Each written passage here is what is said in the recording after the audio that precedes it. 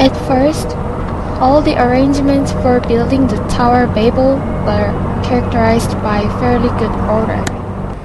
Indeed, the order was perhaps too perfect.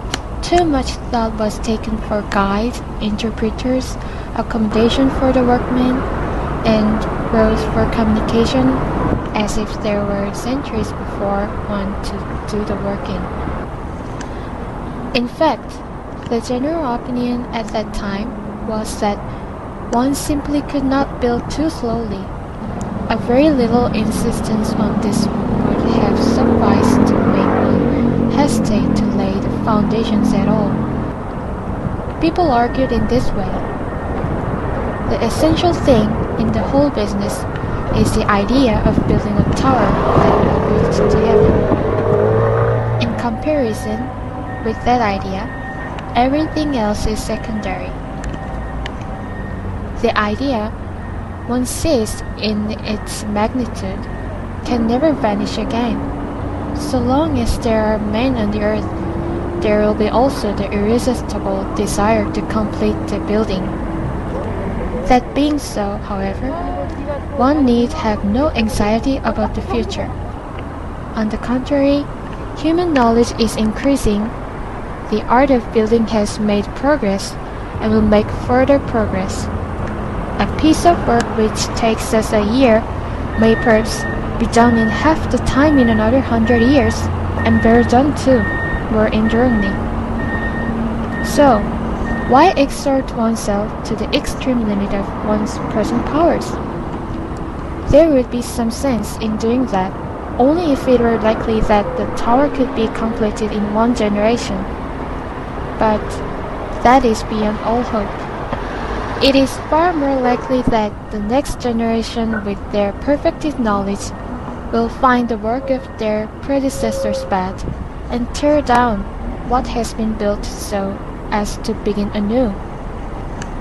Such thoughts paralyze people's powers, and so they troubled less about the tower than the construction of a city for the workmen. Every nationality wanted the finest quarters for itself, and this gave rise to disputes, which developed into bloody conflicts. These conflicts never came to an end. To the leaders, they were a new proof that, in the absence of the necessary unity, the building of the tower must be done very slowly, or, indeed, preferably postponed until universal peace was declared. But the time was spent not only in conflict.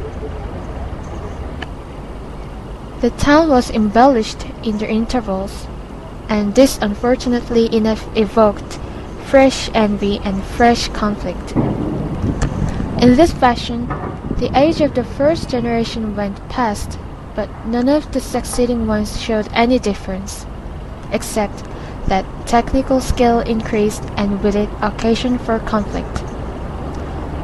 To this must be added that the second or third generation had already recognized the senselessness of building a heaven-reaching tower.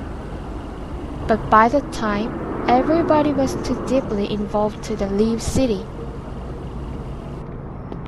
All the legends and songs that came to birth in that city are filled with longing for a prophesied day when the city would be destroyed by 5 successive blows from a gigantic fist. It is for that reason too that the city has a closed fist on its coat of arms.